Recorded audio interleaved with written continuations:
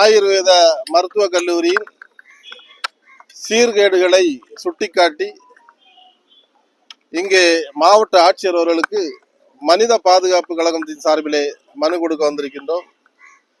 இங்கே நடக்கின்ற சீர்கேடுகள் எல்லாம் அங்கு பயிலுகின்ற மாணவ மாணவிகளை கேட்டாலே தெரியும். அவர்களுக்கு போதிய வசதி வாய்ப்புகள், படிப்பதற்கான வசதி வாய்ப்புகள் இல்லை, தங்குவதற்கான வசதி வாய்ப்புகள் சரியாக செய்து கொடுப்பதில்லை, கழிவறைகள் சம்பந்தமான வசதி வாய்ப்புகள் செய்து கொடுப்பதில்லை. அங்கே ஏதோ நடக்கிறது அப்படிங்கிற ஒரு சூழல்லே அந்த மருந்து அங்க நோயாளிகளுக்கு எப்படின்னா எல்லா நோயாளி போனாலும் எந்த நோயாளி போனாலும் ஒரே மருந்து தான்.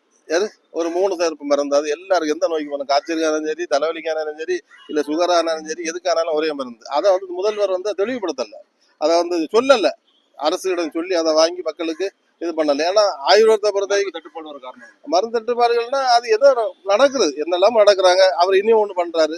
மருந்து அவரு ஒரு சில இது வச்சிருக்காங்க, மெடிக்கல், அவங்களுக்கு வேண்டப்பட்ட வெளியில அந்த மெடிக்கல் தான் வாங்கணும், அதை தான் வற்புறுத்துறாங்க. இப்படி அந்த நோயாளிகளும் அந்த பொதுமக்களும் கஷ்டப்படுறாங்க, சிரமப்படுறாங்க.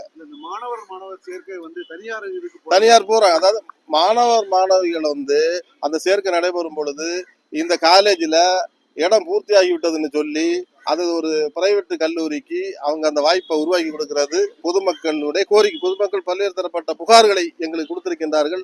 அந்த புகாரையும் இந்த இடத்திலே நாங்கள் தெளிவுபடுத்துகின்றோம். உடனடியாக மாவட்ட ஆட்சியர் நடவடிக்கை எடுக்கணும்.